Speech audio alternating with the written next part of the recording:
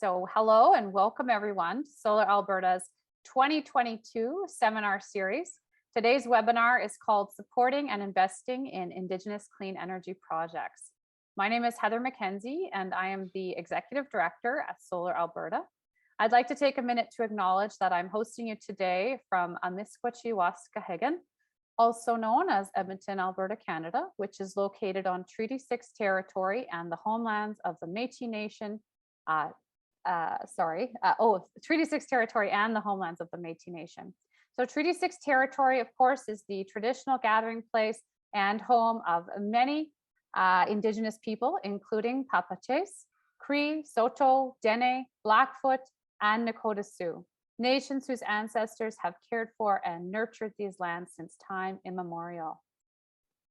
We were delighted to have so many people register for this event, and I'm sure many will also download it after. Please note, we're going to be sharing this webinar live on Facebook and recording it for future distribution through our website and YouTube channel. Today, we're going to be hearing from two informative speakers about the Canadian legal framework for working with Indigenous nations and how to support and invest in Indigenous clean energy projects.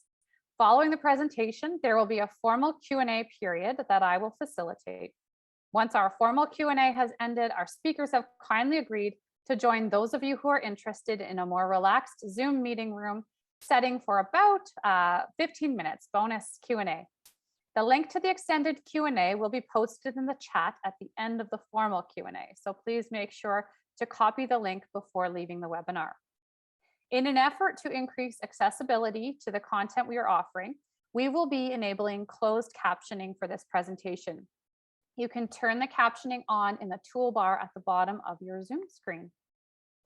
I also want to take a minute to let you know that we'll be using Zoom Q&A for questions during the formal Q&A period rather than the chat box. So please enter your questions in the Q&A section. You should be able to click on that section in your Zoom toolbar. You can upvote good questions that others have asked or post some of your own. The questions that are voted up will show up at the top of the list, and we'll be pulling primarily from those for the moderated Q&A, as we likely won't have time for all questions. Before we move forward, we're going to do a quick poll to get a sense of who we have joining us today. So please take a minute just to answer these questions that are popping up on your screen. All right, answers are coming in. It's always nice for panelists to get a sense of who's here. Looks like we have quite a few industry professionals joining us today, and many of whom it's their very first Solar Alberta event. All right, I'm going to end the poll and share the results so you all can get a sense of who's here. Some solar curious, a few hobbyists, probably up on their rooftops themselves occasionally. Industry professional, lots. This is the first solar event of the majority, and some of you have attended a few. Well, welcome everyone. It's really great to get a sense of who is all here today. I'm just going to put that away now and move on to our next part. All right. I wanted to encourage you to take a minute to pop your name, your own land acknowledgement, and any contact info you're comfortable sharing into the chat now and also throughout the event. I've noticed that at a lot of these events, we would all love to be networking and meeting each other. So one thing that can be helpful for the event is if you post your information in the chat, then people can just look you up on LinkedIn and you can have meetings and connect more after. So just wanted to encourage you to feel free to use the chat box in that way and the Q&A for questions. All right, with these program and housekeeping matters addressed, I would like now to turn the mic over to one of our speakers, Calvin Wakwan, who has kindly offered to share a blessing for our time together. All right, Calvin, I'll mute myself for the blessing. Thank you. Hi. Thank you everybody for joining us today for the first Solar Alberta webinar event of the year. Hope everybody is settled down, and thank you for taking the poll. Just gonna remove my hat, but don't mind my hair. No matter where we come from, we all have a belief a religion, or a way that we pray and ask for something that we need in life.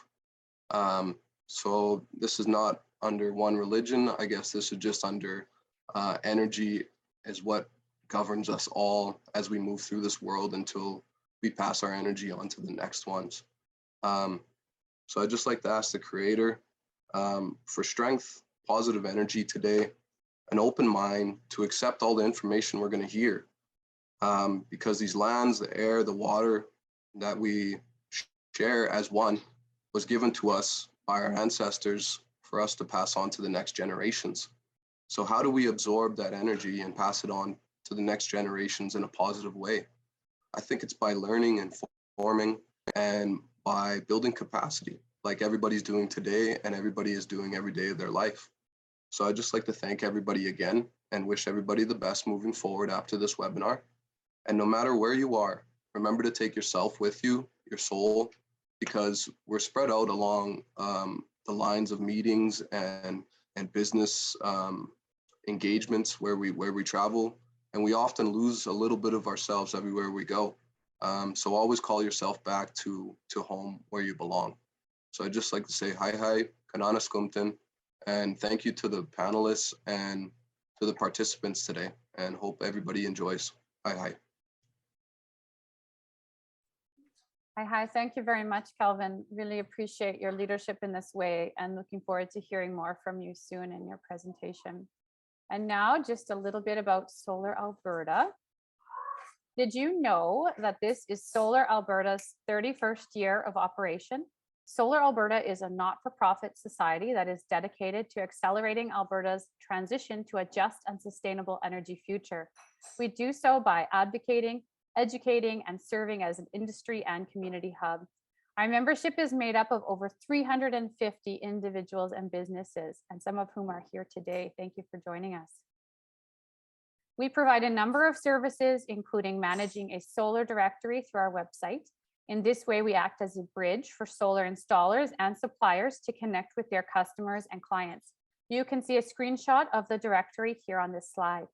In addition to our website services, we run a number of educational programs, such as this solar seminar series, on a number of Thursdays over the lunch hour throughout the year. We also run new Solar 101 workshops in languages other than English, and we have a Hindi workshop coming up on February 20th for those who are free. We run an annual solar show that is coming up from February 7th to 11th, and we routinely offer free presentations to community groups around the province, such as a Strathcona Library presentation that we're giving this evening about solar PV for your home. Very proud to share that in 2021, our solar show reached people from over 60 different municipalities and counties across the province, and you can see some of them on this map here. Our upcoming solar show already has over 900 people registered, and you're more than welcome to join us. You can register through the link that we're popping in the chat. And for those of you who are solar industry professionals, I saw there are many of you on the line today, or those transitioning into the sector, you'll be pleased to learn that we have also now made available some of the paid content from last year's solar show via our new pay-per-download training service. You can go to the training video link in the chat to find energy retrofits, which is essentially, effective deep energy retrofits and navigating utility scale developments. Those are two of our options right now, and there'll be more to come. In addition to some of our solar show workshops that are industry oriented, this spring, we're going to be once again running a number of our online courses for solar industry professionals or those transitioning into the sector. Our courses are online Tuesday and Thursday evenings on 3 to 5 nights over 2 to 3 weeks. You're going to be able to register for our March courses at the link provided in the chat by the end of January. Those include a brand new course about working with Alberta's wire providers, as well as a course about writing contracts for the solar industry. Also, if the course you're interested in isn't taking registrations at this time, you'll soon be able to pay to download the course in between offerings. On March 16th, we're going to be hosting our annual general meeting. So I just want to invite all of you to sign up as Solar Alberta members, attend and elect your new board. We're constantly evolving and growing our member services, some of which you can see listed on your screen. Individual membership is only $35, and we're going to pop the link for that in the chat as well. There are a few vacancies to fill on the board this year, and these are often very highly competitive positions. If you're interested in chatting about the opportunities to serve on the board prior to the AGM, please don't hesitate to reach out to me at executive.director@solaralberta.ca. I'll connect you with the right folks to learn more about our board. And of course, if you can't commit to board work, but you're looking to support the work we're doing at Solar Alberta, please consider volunteering or donating. Volunteers are eligible for free membership with Solar Alberta after committing 15 hours and are also eligible for $100 off a course each year. So the link to sign up as a volunteer or to donate are now in the chat. All right, now let's get this session underway. I would like to take this opportunity to thank Kubi Renewable Energy for sponsoring today's seminar. Here joining us today is Adam Yereniak, Kubi's Director of Operations. Adam will be sharing with us a little about Kubi and then introducing our two speakers for the session. Hello, thank you very much. My name is Adam Yereniak, and I am speaking from the traditional territory of the Tk'emlúps Secwépemc peoples in Kamloops, BC. I am the Director of Operations of Kubi Renewable Energy, and we are a residential and commercial solar power system design build contractor. We have offices in Alberta and BC to service all of Western Canada with solar power systems, building integrated PV systems, electric vehicle chargers, and energy storage systems. Beyond solar development, I've also been a past and upcoming mentor for the Indigenous Clean Energy Program and developed educational initiatives for various nations and institutions across Alberta. If you want to learn more about us, you can visit our website there at kubienergy.ca. Our speakers today, we have two of them. The first one is Jeremy Barreto. Jeremy Barreto is a partner in the business law group of Cassells. Jeremy offers extensive regulatory, environmental, and Aboriginal law experience in obtaining approvals and negotiating agreements for renewable energy projects. He also has expertise in oil and gas and infrastructure development. Jeremy frequently represents project proponents, including Indigenous communities, in hearings before courts and regulators across Canada. He has presented at national conferences and published articles, including the Alberta Law Review, Globe and Mail, and CBC. Jeremy previously worked in environmental engineering and has earned his professional engineering designation. Our second speaker is Calvin Wakwam. Calvin is a proud member of the Mikisew Cree people. Walking in two worlds, he has braided Western and traditional teachings to benefit the community of Fort Chipewyan, Alberta, and the Athabasca region. He moved back home in 2014 as a community liaison and substitute teacher at the Athabasca Delta School in Fort Chip, and also managed a local store. From 2017 to 2020, Calvin served as elected councillor of the Mikisew Cree First Nation, where his accomplishments included leadership role in securing funding for a new water treatment for his people. During his term, he worked hard to build up the Mikisew's economic and environmental capacity to create a path towards sovereignty while making space at the table for environmental protection through Indigenous inclusion. He served as director of the Mikisew Group of Companies from 2017 to 2020, co-chair for the Mikisew Government Industry Relations, where he was part of the 49% interest deal in Suncor's East Tank Development Farm and part of the phase 1 of the KNWP Wildlife Park.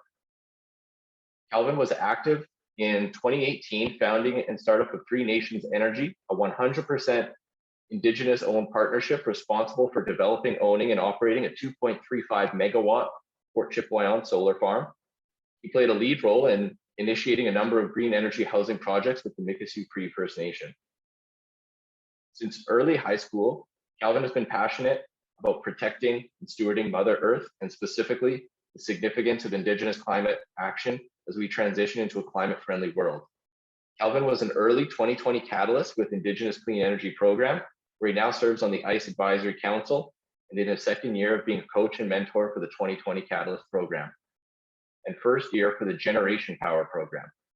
Also in 21, he took a role as facilitator and host of Indigenous Clean Energy's Power Hour, collab and webinars. Calvin has recently joined Green Planet Energy Analytics as an advisor, technology analyst, and community educator, where he continues to work with youth, elders, and community in the Fort Chipewyan and beyond a wide range of social, cultural, and environmental initiatives. And now I'll be passing it over to you, Jeremy. Thank you very much, Adam. I'll just start my presentation here.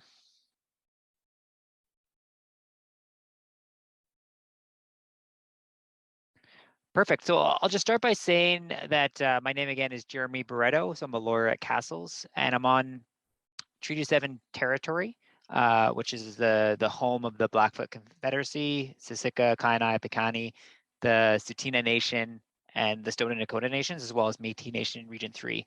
And why does that matter to me? So I'm in the Calgary area, and I think the solar business here is booming, but the solar business is a land business inherently. And I think starting here, we think about the land we're on and the folks that were here before us and honoring those people and those uses.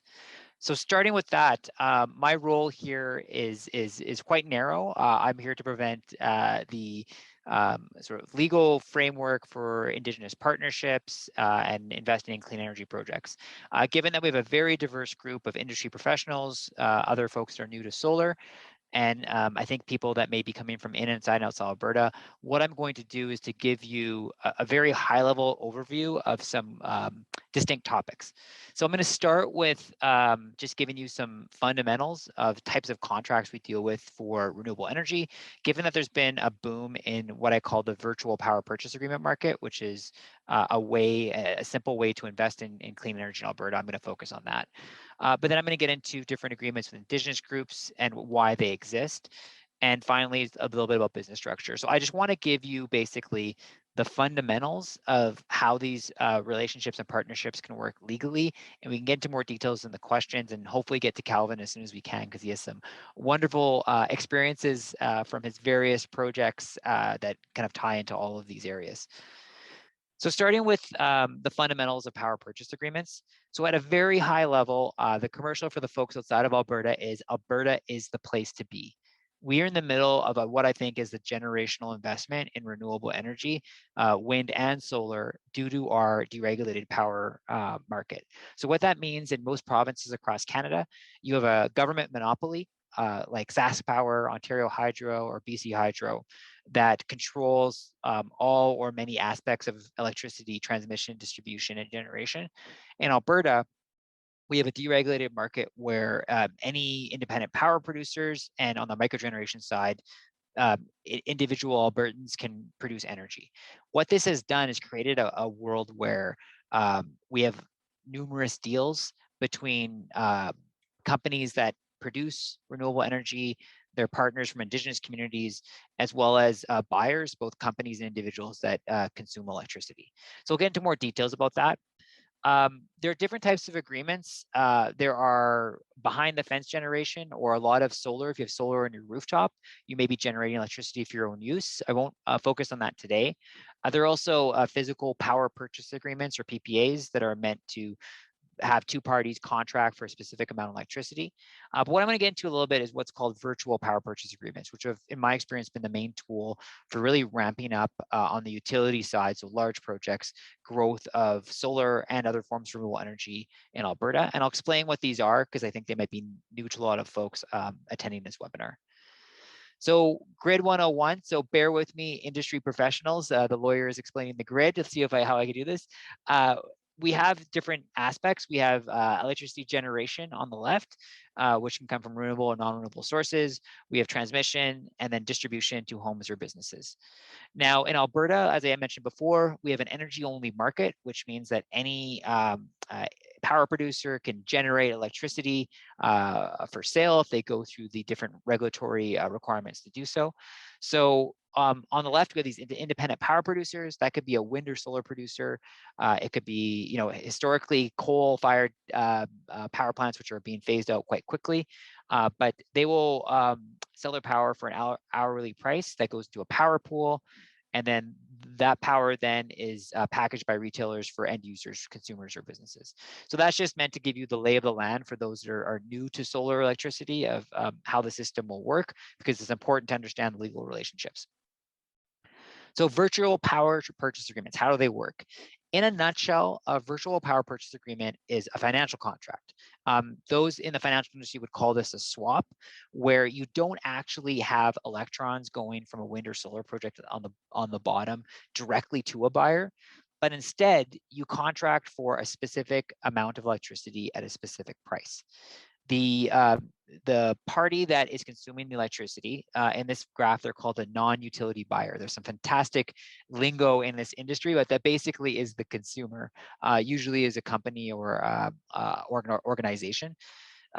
They will still get their electricity the same way. They turn on the lights, the electricity will come from the grid like it always has, but they will enter into a contract with a generator, a renewable energy generator, to buy a specific amount of electricity at a specific price.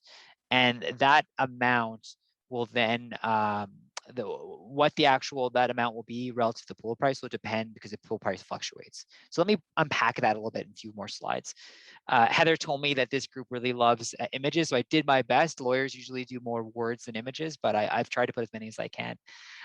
This is just a sense of the boom that is happening now. And I think this has been a very quiet boom on the virtual power purchase agreement market.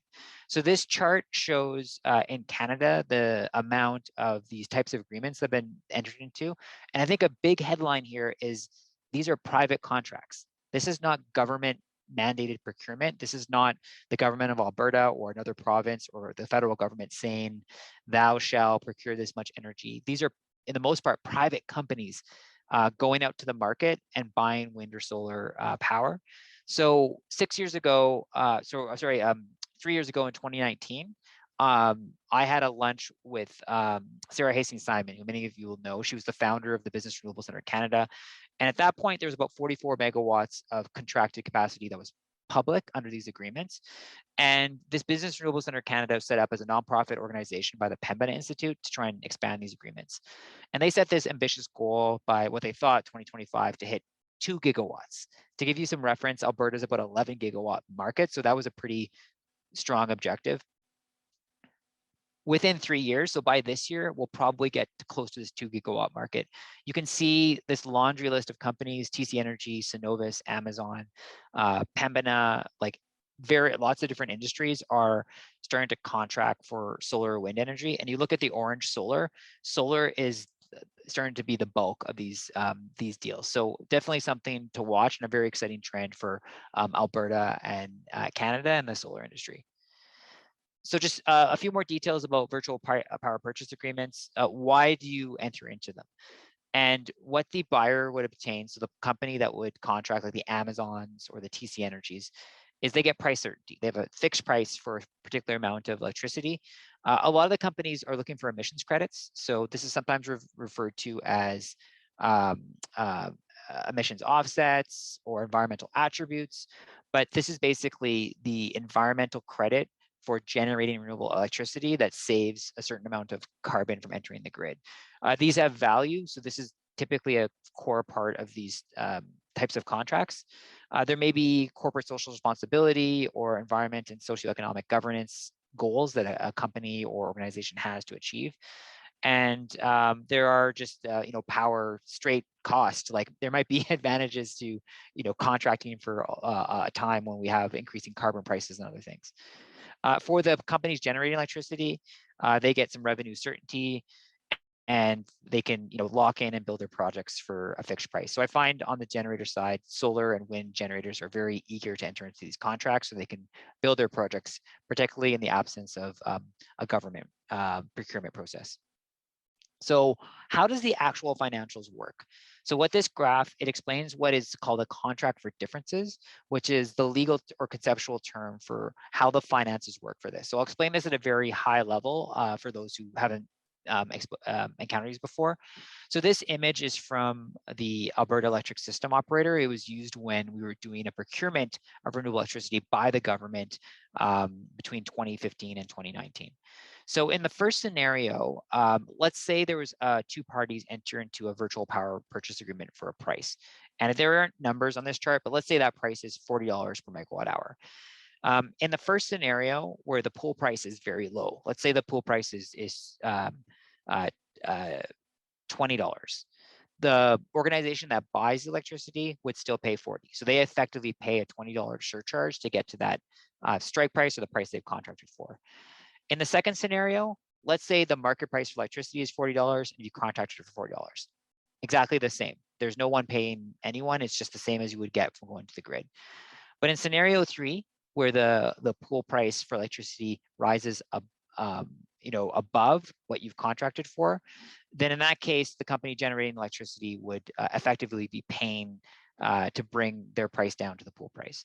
So that's at a very specific level. And this sort of price that you contract for, there's a lot of analysis that goes into it. And there's consultants that can help you to negotiate this to find the right one. But that's it at a high level. And this model has been very popular to get to almost 2 gigawatts of contracts in Alberta in the last few years.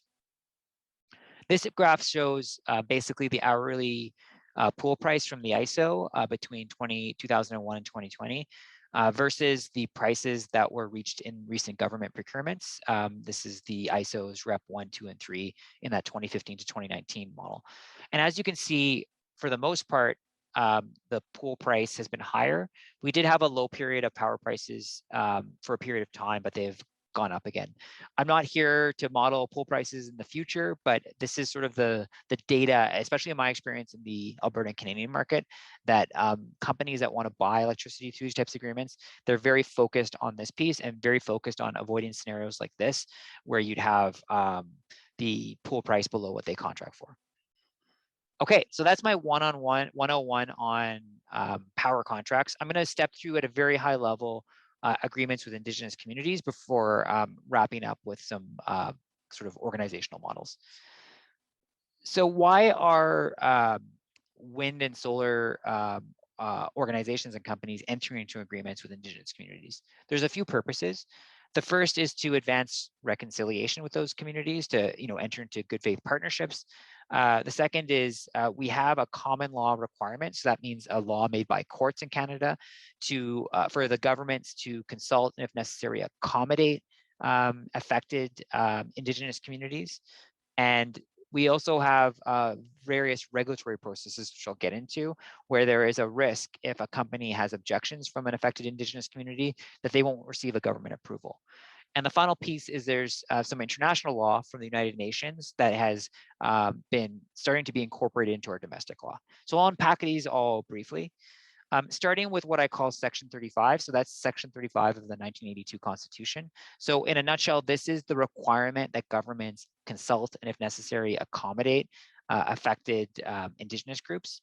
And you see the term Aboriginal here. Aboriginal is the term used in the Canadian Constitution. So that's why you'll see it in this context. And what we see here is what our companies are doing is when the government is making a decision. So in the Alberta context, if there's going to be a power plant decision made by the Alberta Utilities Commission, you'll see companies doing engagement with Indigenous groups in order to inform that government decision. You may also see governments in some contexts doing that engagement directly as well.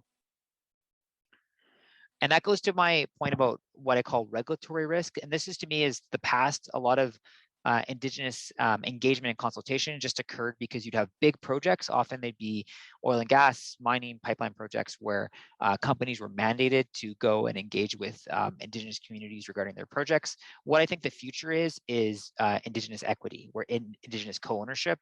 Calvin can talk to his experience with Mikisew and the Suncor tank farm, and I'll have some examples here too, but I'm seeing just more and more examples of Indigenous communities partnering on projects as opposed to being just notified of and engaged with regarding effects.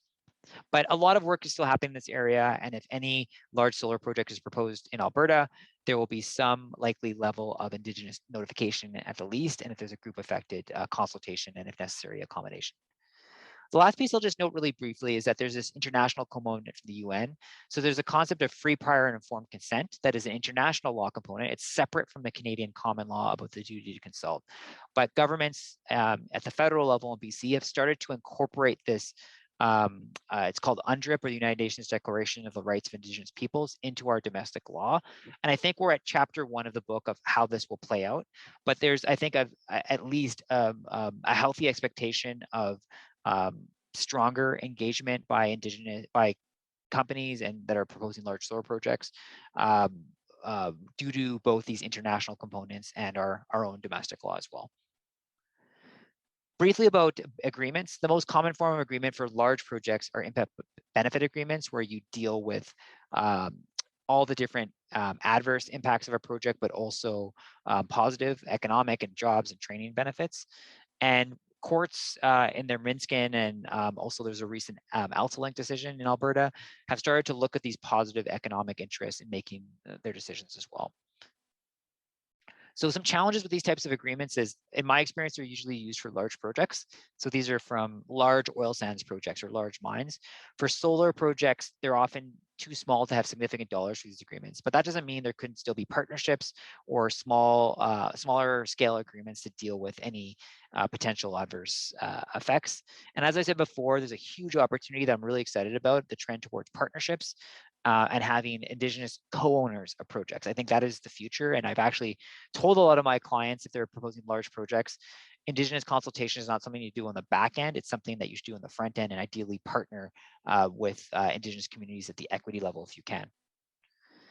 And this is also reflected in legislation at the federal level, and governments have set up funding organizations to help Indigenous communities fund their participation of being owners of projects. I think I'll just wrap up here with a couple things on types of Indigenous owned projects. So first I have this list that Calvin can get into more detail, but I'll highlight Cascade and the Coal Lake Solar Project, which are both have Indigenous ownership. And on organization structures, talk to a lawyer if you're going to bring a First Nation or Indigenous community, or you're working for a First Nation that wants to partner. There are significant tax issues that you have to consider, and they aren't always done at first instance. So with that, I'll wrap up my part. I'll stop sharing and I'll, I think, turn it over to Calvin. Thank you very much. I look forward to your questions at the end. Thank you very much, Jeremy. I don't know if we're getting good at this presenting together, but I think my PowerPoints kind of reflect your slides as well. I have the same projects on my slides, which is going to work very well. So I have a very different style of presenting what people are kind of used to. I like to tell a story. I like to bring you on a journey, bring you up and down, and inform you of best practices out there or examples of what I've went through being in various positions. So just let me screen share here. Up, share.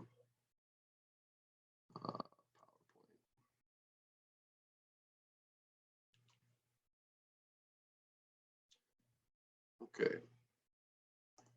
I'll start from the beginning here.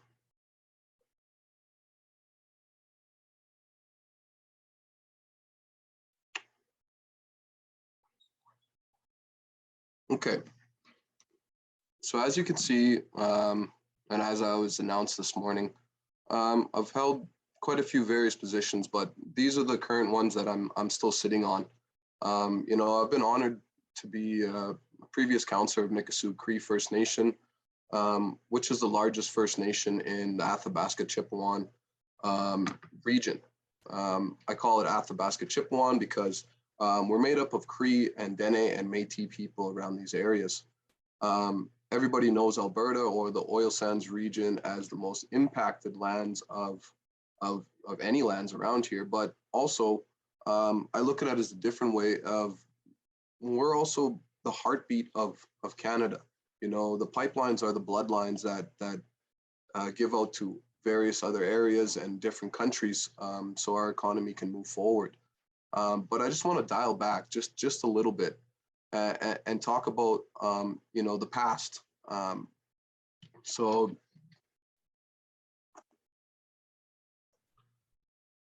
as you see here, this is a look at the original agreements, the treaties, the accords with the Crown that were made from time of contact and as time evolved through. So these lands that we share today, we now call North America. They're inhabited for centuries by proud, hardworking people, living sustainable, comfortable life, but less than a generation became uninhabitable for that man that lived as one with the natural occurring energies of our shared world.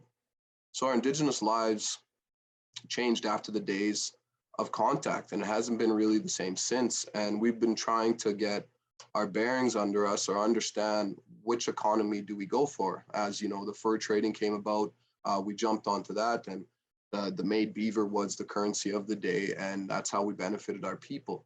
Even though maybe it was taken in the wrong way, but that's how we learned how to exchange money and how to do business. But before that, you know, we had our own governance systems, we had our own economic systems and our own family systems. So, you know, how we were impacted was significantly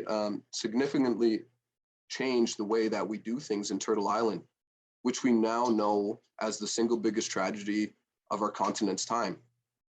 The loss of a variety of unique peoples, cultures, economies, governance systems, simple yet eloquent in nature. It was a marvel and beauty of the people that were categorized as wild. We benefited, or we lived in unison with the land, the air, the water, all things that were around us. Such loss for the thinking of the time. But now we're at today. We're here now from ground zero, moving forward to do better for the next generations. If we don't learn from our mistakes or our past, we are doomed to relive the same as our predecessors. But together, now we can make it better for the next generations to have a chance to flourish as one through economics, through environmental, and through capacity building and sharing like we've always done around the fire. So business as I see it today is a system of diversity, an opportunity, a seizing of the moment, and having the manpower of the team to move it forward with. So capturing an idea, a resource, a product, or a service. But history has showed us that one-dimensional thinking does not always get us to the best results. So treaty was meant for us to flourish, benefit as equals from natural energies of these lands, the minerals of Mother Earth, and to keep our waters clean and clear for future generations to benefit from. The way business, or shall I say progress, is demonstrated until this point is why the planet is on a rapid decline as we take too much from her and never give anything back. So just keep that in mind, taking too much and not giving enough back to replenish. You know, Indigenous peoples have lived like this across the entire world before colonization. It's apparent that our future economy looks for guidance, inclusion of Indigenous people, partnership, equality with Indigenous nations, businesses, and individuals to walk as our ancestors meant for us to do so, and share and benefit all as one. Now is the time to strike equality, or should I say equity opportunities, to create an equilibrium between man's lucrative Western economics and our traditional environmental care and stewardship of the earth. There are many examples across the country, and many think that this is truly obtainable by investing and partnering with Indigenous nations. Through UNDRIP, through TRC and the Act of Reconciliation, and stemming into economic reconciliation, this inclusion is now possible. This acknowledgement and adoption of UNDRIP will turn into a veto of natural resource projects, is what people thought. But no, if we have someone else's ideas in the room and not just one idea, you know, you're going to get a different outcome out of every result that comes forward. But, you know, allow a blended model of decarbonization, of environmental care, participation by Indigenous people to braid a new model moving forward. So we can look back to 2005. You know, Chief George Putra of the Mikisew Cree challenged the duty to consult. Without this duty to consult, industry and projects can go forward without any say of Indigenous people. You know, we could be the Aboriginal, as it was said as a day, or the Indigenous person, or the original peoples of these lands in the bush, you know, picketing and barring off our roads so you can't advance any further, or we can be at the table with you and we can all benefit as one. As like my friend Jeremy has said, there's many projects that highlight this participation across Turtle Island. I've had the pleasure of working on a couple of these projects, Three Nations Energy being the one, being the founding president and founding director of the largest solar farm in a remote community in all of Canada. APL Power Line, where we own 5.8% of the power line, and Tabacha, 49% ownership with Fort Mackay, as Mikisew Cree owns 15%. And also, you know, that participation and that inclusion of being at the table opened up the doors for industry, for government to buy back leases off of oil sands companies and forestry companies to create the largest wildland boreal forest in the world. Ki Tuskanau Nuhu Nene. No, the East Tank Farm. Thank you, Jeremy, for actually putting this in your presentation. It's like we work side by side doing our PowerPoints, but they're going to work very well together. So back in 2017, when we were newly elected, we joined force with Suncor and Fort Mackay. Not because we don't like progress, we don't like industry, we don't want to stop that heartbeat that is Canada. It's because we see value in, you know, putting food on the plates of all Canadians, all Albertans, and all the people around RMWB area. But it also results in us being able to fund projects like housing, like culture, like language, like land-based learnings. You know, without this project, you know, we wouldn't have yearly funding to do things that we do or have top-up dollars for our programs. So effectively, you know, when you're looking at First Nations, or the news or the media projects it as is, you know, all Indigenous people are against project development or industry development. And that is totally wrong. You know, we would just like to be part of what's moving forward, to have that equity and to strike that equilibrium between Western economics and, you know, our inherent right as Indigenous people and stewarding our land. So Three Nations Energy, you know, this is an amazing example of Three Nations coming together, being a catalyst out there and having 100% ownership over our solar farm. You know, we partnered with ADCO Electric. They own the first phase. With their part of the solar farm, it's actually 2.35 megawatt because we saved during procurement. Not often do you see nations or a project come under the budget, and especially so remote, that we can expand the solar farm. So, you know, the little typo in there, but it's 2.2 megawatt solar farm, but we've actually added another row of panels to make it 2.35 megawatt, with ADCO owning the 1.5 megawatt battery storage system. You know, we're very unique as we're a closed grid. I live on an island. Fort Chipewyan's an island, landlocked, you know, most of the time, other than when the winter road is open 3 months of the year. Other than that, we're traveling out by boat, we're taking plane, but with the carbon taxes, you know, the gas prices are going up at the pump, at the store, at the rack, and also for the aviation companies. So that means our freight goes up and everything else that comes with it. Daily expenses go up. So, you know, this solar farm, it allows us to be a community generator and sell our energy to ADCO and make a profit back to our nations. You know, with Three Nations Energy being 2 directors from each nation, making up 6 directors, and you're changing over president every single year, so everybody gets a chance at the top and at various positions. You know, we have the ability to expand our learnings, our capacity more into offshoot projects like food security, cycling programs, electric vehicles, and community energy planning. You know, so we can be building better. We can be providing cheaper housing for our people, as you the prices go up as the markets go up all across the world. So, we have a cold closed grid. So we thought as Mikisew Cree people, why not invest into a power line? Why not own a real asset in Alberta?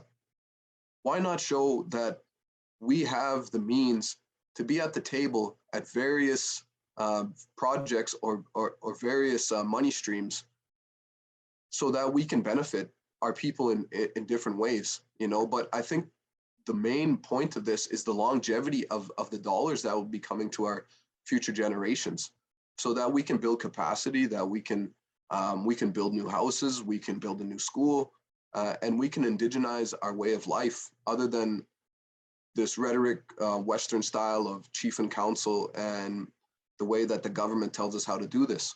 All this goes back to sovereignty, energy sovereignty of our people. But this demonstrates what Indigenous people can do out there when you have the right partnership, the right skills in place, and the right people to have trust in you to move forward with the idea of togetherness, of community comfort, of the province comfort of working all as one. I love being around at this time, being a young guy. I was voted in when I was 29 years old in 2017. I got to sit down. I got to learn a lot from predecessors, from past chiefs, from Chris Henderson from Loomis Energy and Indigenous Clean Energy, Ian, and a lot of other friends that is a large network of people that I can just reach out to without, if my spoke breaks on my bike, I don't need to create the whole wheel. I could fix that spoke and keep moving forward because these people have went through, these projects before and they've came across these hurdles and they already found solutions. So, when we reach out to business partners like ADCO or like Suncor, these people are professionals in their field. I am definitely not a professional in accounting. I am definitely not a professional in negotiation. I'm definitely not a professional in oil and gas, and I definitely won't be ever. But I am a professional at being Indigenous, knowing the environment, knowing how to strike balance between people, conversation, through projects, and through money, to share the wealth all around, just like our food at our table. Everybody eats, everybody goes home happy, and everybody sleeps well. And like I said, this is a map of the Kituskanau-Nuhunene Wildland Park. As you can see, I don't know if you guys can see my cursor, but this is the Birch River Wildland Provincial Park. Our thought was to put the Kituskanau-Nuhunene right here, as oil industry is farther south. So Lake Claire is right here. Our cabin is up here, and my ancestors and my grandmother and grandparents were born down here. I do not want my kids to not be able to see the beauty of these lands if industry comes any closer into these squares, like where Tech Resources was about to go. Through accommodation and through good partnership with the government and through CNRL and all these various other industry partners, we were able to put this buffer zone between industry and the white down here and us up here in Fort Chipewyan. This is the Athabasca River where everything flows to our toilet bowl from industry.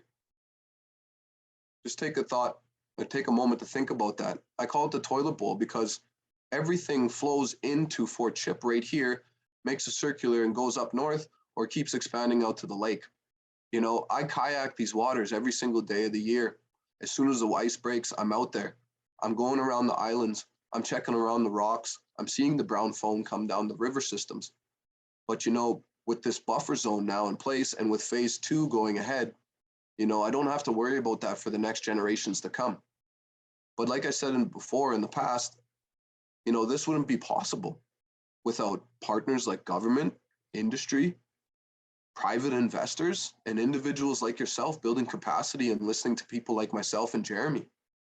If there's one thing you take away from today is I want you guys to remember that working together is the only solution moving forward. No project will move forward without Indigenous inclusion.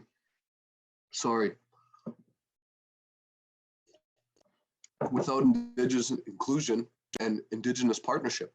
You know, the days of past is when we blocked the roads, and now everybody has a duty to consult. And now with UNDRIP in place, you know, everybody has to treat us, I guess, fair on this journey as we walk into a new braided future. So, you know, what came out of industry in the past from, you know, the duty to consult or through projects moving ahead is us being at the table to negotiate impact benefit agreements. You know, there's this nasty thought out there of members and non-Indigenous people that are unaware what impact benefit agreements are. You know, people just think we line our pockets. You know, we have real fancy canoes and nice boats and jets to fly around in, but you know, this is not reality. You know, permissible spends is in every single contract with every single partner for every single nation. You know, the permissible spends are clearly defined. There's no monies for council salaries. There's an anti-bribery clause in most of them, or there should be.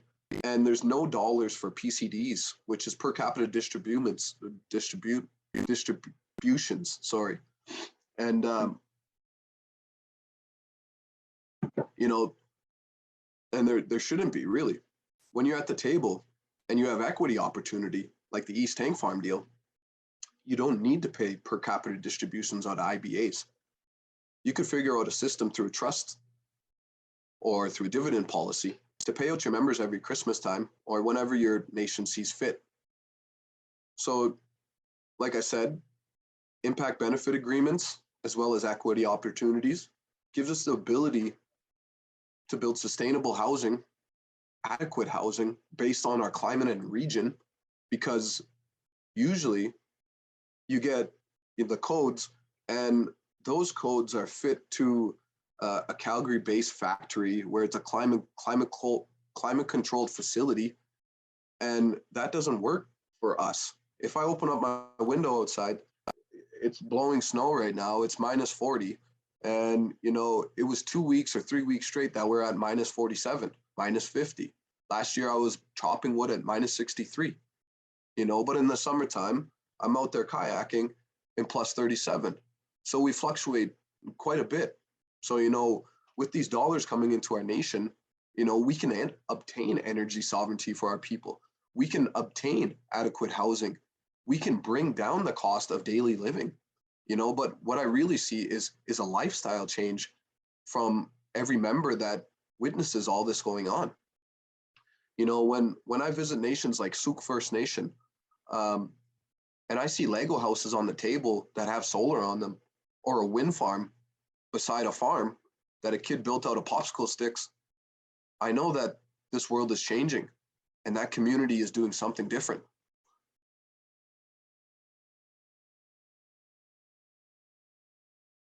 So just in closing, there's a couple pictures of us. You know, in the middle, I always give this guy a big shout out. That's Chris Henderson.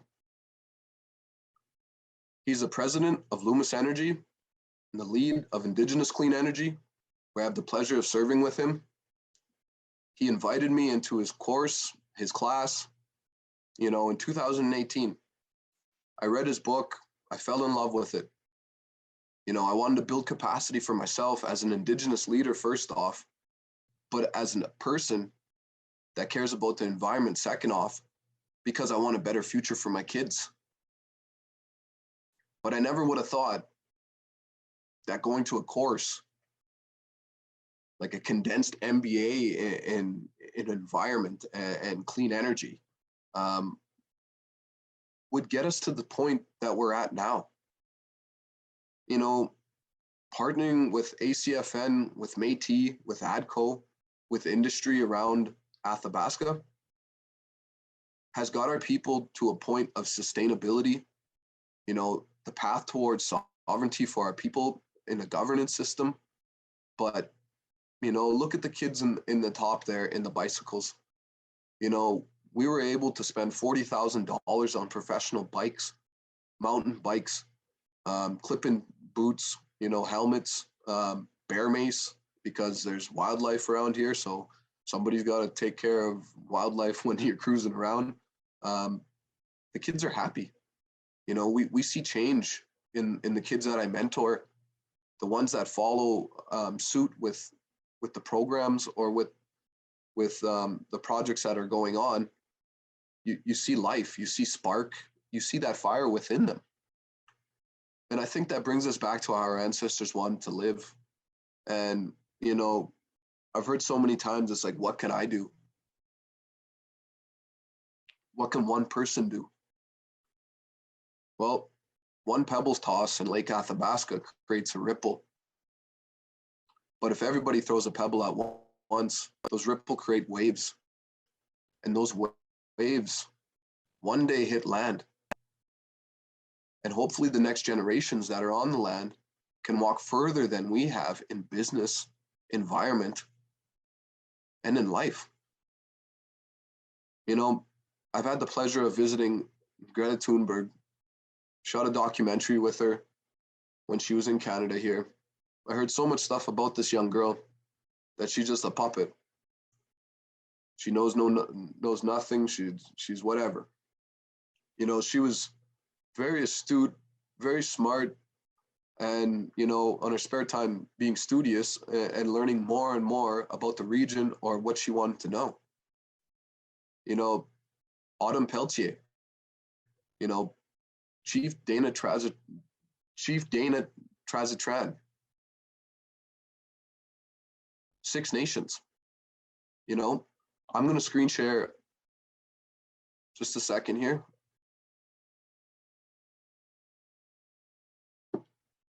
I'll show you the projects that are going on across Turtle Island.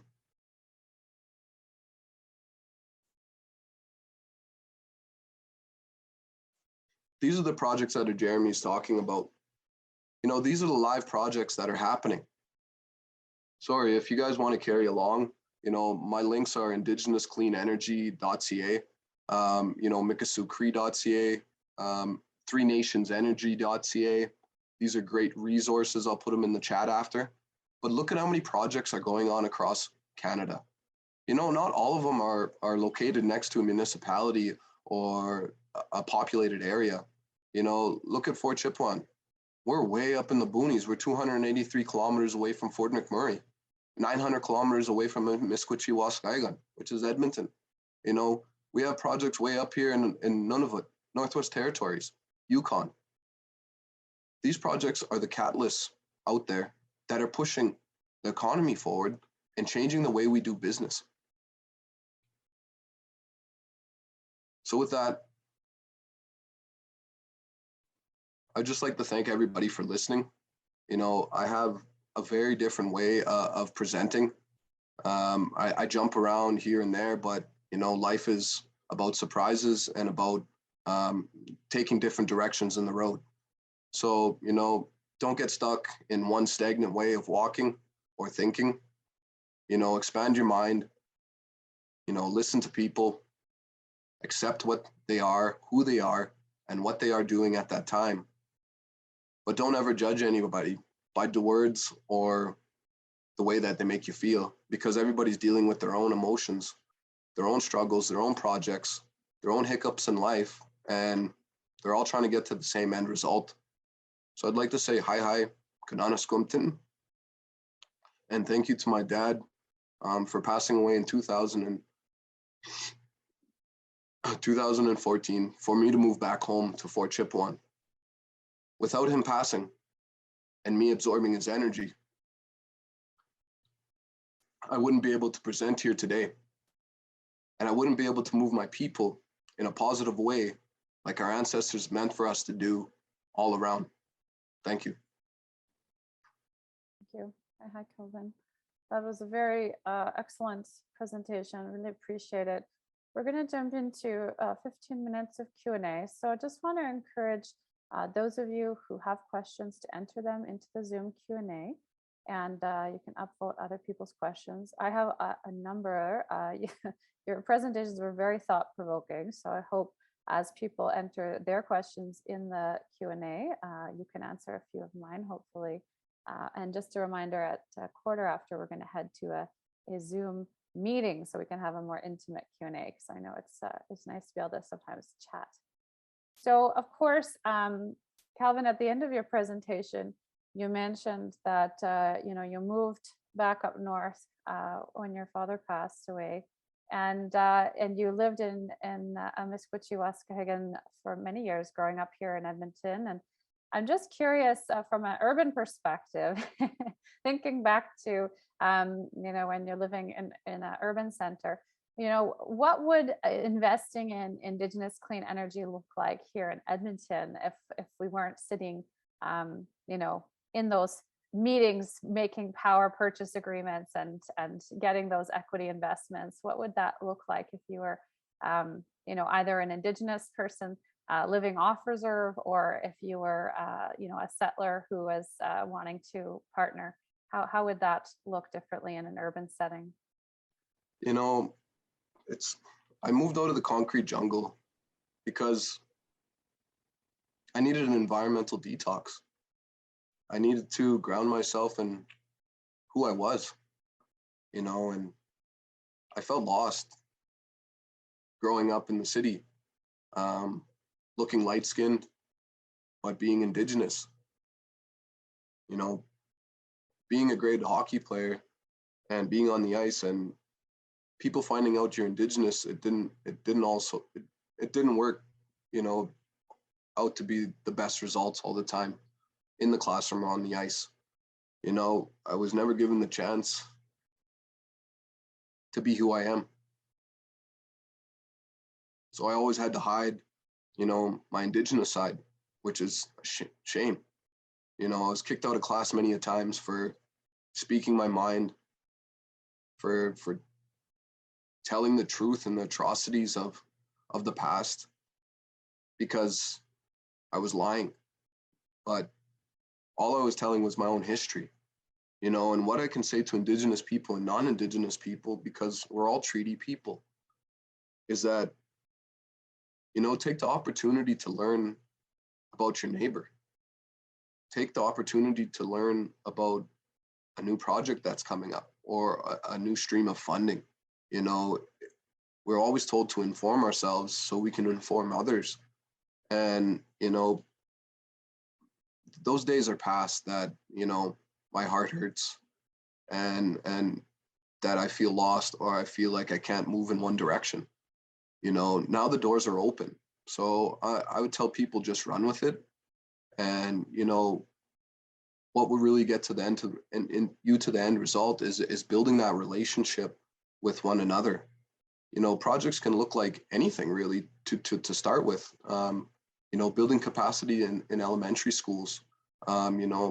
Maybe just changing, a proposal out to the teachers or the superintendent to change to LED lights, or to turn off the lights during the daytime to let passive solar in. It starts with just simple steps like that. But when you look at bigger scale things like municipality or nation relationships, everybody wants more than they can receive, but that never works out. It has to be equal. It has to be a balance of give and take. And it's just like a relationship or a conversation we're in today. Everything, it needs balance, or one person hurts or the other one benefits. And history has showed us that doesn't work out ever. Mm. And, man's economics and greed has gotten us to the point of planet depletion today. But now we're trying to strike that balance and that unison with the land, like our ancestors have been saying forever. So municipality of Edmonton, province of Alberta, industry, thank you for giving us the opportunity to be at the table now and to let us benefit our people in our own way, through our own governance systems. Thank you, Kelvin. It's interesting. I think for many of us who have a much more, I guess, white outlook on the world, we think, oh, if you're doing something at a large scale in rural Alberta, it's different than at the micro scale in Edmonton, and we get hung up on that. And what I hear you saying, and that what I find so inspirational, is that relationship building piece doesn't matter what scale you're doing at. if you're building relationships, and you're focusing on connecting with people, you can have that impact and make that partnership regardless, which is quite beautiful to think about. There are questions popping up in the chat, and I don't want to be the only one who gets to ask them today. So I'm going to pull up the most popular question here, which is from Robert. Thanks, Robert. Looking at the ice map, I notice there are many more projects in BC than in Alberta. Is there something that is being done better in BC that we could replicate to have more Indigenous clean energy projects in Alberta? I think BC is just a little bit beyond us because of, the climate and the region they are in. The governance systems is very different than ours. We're pro oil here in Alberta, and that's what we produce. That's what we make our money off of. And BC's more forestry, more environmental, hydro. So that's more available to other nations that are building projects. They might be smaller projects on the ice map, but they are projects that are owned by Indigenous people or part owned by Indigenous people. But I think that's the only reason is because, Alberta's oil, BC's more of a clean energy province. Right. So yeah, more to do with when our energy transitions started. I think it could be argued that while we're leaping ahead in our renewables now, or hoping to, a lot of the other provinces were moving a little bit before us regardless, especially you mentioned the hydro piece. We've got, that's really appreciated. We have got another question here from Ryan Stewart. What are some good educational resources to better understand project development? I'm seeing actually a few different questions here about project resources and books and various resources to do better. Are there any, I'm thinking the ICE network. When I joined the ICE network this year, I was able to see loads of resources. Maybe it'd be great for people to check there instead of getting an exhaustive list from Calvin and Jeremy. But is there anything you wanted to highlight in terms of resources and supports? Yeah, Heather, I can jump in. So I'll plug the ICE network as well. And I would say even like at the small scale for people who are getting into solar, Climate Justice Edmonton and Climate Hub Calgary, like these groups are very involved at the local scale or in your communities. And I think if there's any folks that are involved at the more utility scale, which is, getting 10 to 20 megawatts, like groups like the Business Renewable Center Canada, the Canadian Renewable Energy Association, there's like all kinds of things like that. And then one more thing I'll mention is there's the new Masters of Sustainable Energy Development at U of C. I'm sure there's similar programs across the province, but there's just a lot. And if you join one of the networks, I think you get a bit of a clearinghouse of information in this area. Yeah, I think especially when it comes to finding programs related to clean energy, I know Solar Alberta has a good listing on our website of all the different post-secondaries and whatnot, and we offer some courses ourselves. I do think people are curious in particular about resources related to, partnering and investing with Indigenous clean energy projects. So, and I mean, it's relatively new, as you mentioned. For many years, all we used to talk about was the best you could hope for was that if someone was coming to impose a project on you, that they may possibly consult with you. That was sort of the best you could hope for many years. And now we're shifting the model, and Indigenous communities are shifting the model. So I would be surprised if there are lengthy books out there yet on that particular topic in Canada, but maybe I'm wrong. Have you guys seen anyone writing books on the topic?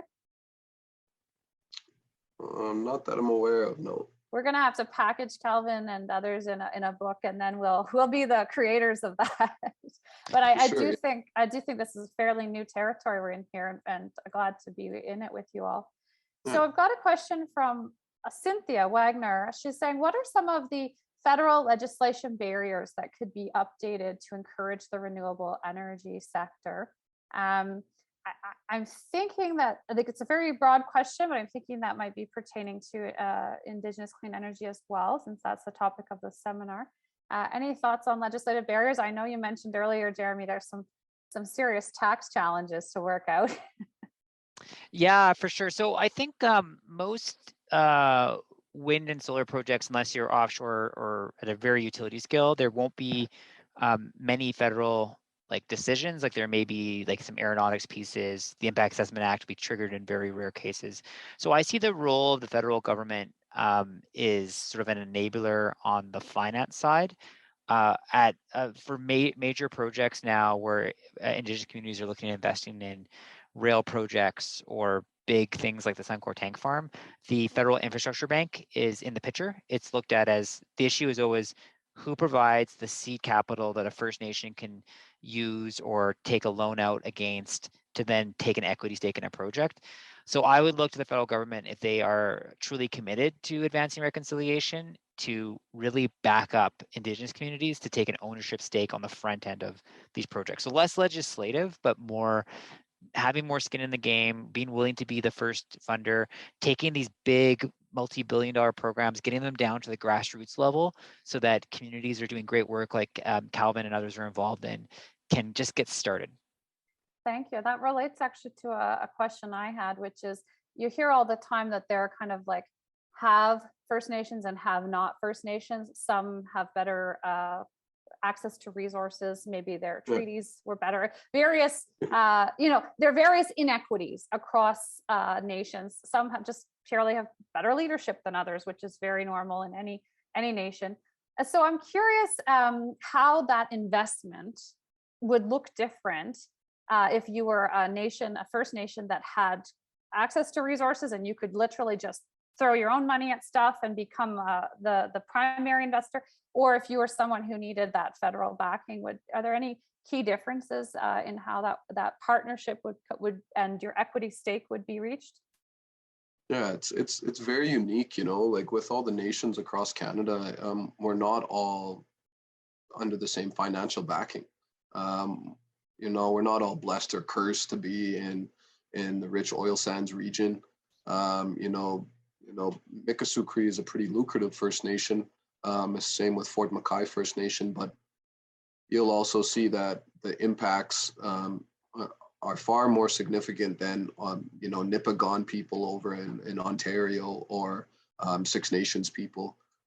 We live right in the heart of Mordor, is what I call it. I fly over, that the broken down piece of Lord of the Rings every time I come from Fort McMurray, and then fly up to the beauty of Lake Athabasca. I don't know how it's like for nations that don't have the financial backing, because I can't speak upon that because I was blessed to be part of Mikisew Cree since birth.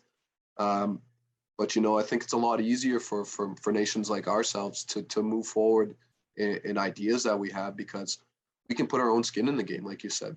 Our own source revenue gives us that backup when we go to the banks for finance loan, or we go seek bonds and we can put our own money into it. People are more open to give money when you have money on the table, just like any business deal. Yeah, I appreciate that. And if I could just build off that yes, really briefly. So I'd echo that, like Mikisew, Fort McKay, Enoch. I even put Tsuut'ina on that list. There's many very like well-established First Nations that, for example, there's a new arena being built in Calgary, and Tsuut'ina has been mentioned as a potential partner. Like they're have like significant resources to bring to bear. But I think this group collectively, like part of our responsibility can be engaging with communities that are not on that list, that don't have significant resources, that haven't been involved, and like really working with the chief and councils and other members from these nations to understand what types of projects they want to be a part of, understanding they may not want to be a part of every project. But I think that's when I look at like Cascade Power, where they tried to get a consortium of about 12 First Nations. Like when I hear big dollars from the government being spent on infrastructure, renewable or non-renewable in Alberta, Indigenous communities should be owners of that infrastructure. And I think we can knock doors, make phone calls, reach out to our contacts, and the money will be there for communities that are affected that want to be at the table. Yeah, and also, oh, sorry, Kelvin. Yeah. I'll add to that, like nations like Jeremy mentioned, I mentioned, we need to, reach behind or reach beside us and bring them along for the journey. We can't be doing things alone anymore. We have to, have coalitions or partnerships that we bring these nations along with us so they can, live the same luxuries of life that we live. Yeah, I have some more questions on that, but it is 1:15, and this is our intimate Q&A opportunity now. So I'm going to save the additional questions. I see there's one more in the Q&A, but I'm going to suggest Robert and a few others join us. What we're going to do is we're going to post a Zoom meeting link, because you're all on Zoom webinar right now, which is great for presentations, but not great for networking, bonding, and actually meeting your presenters. So we're going to post a Zoom meeting link. When you click on it, you will be diverted out of this. So, so just so you're not surprised. And we'll see you all over there for more Q&A in a slightly more meaningful format so we can connect. So thank you everybody for joining us for the formal webinar. And I hope you come through to the Zoom meeting room for 15 more minutes of Q&A. And Jeremy, Calvin, thank you very much. Thank you to Kubi Energy and Adam for sponsoring us today. This has been a real treat, and looking forward to 15 more minutes of questions now. See you in the Zoom room soon. Thank you. Thank you, Kubi.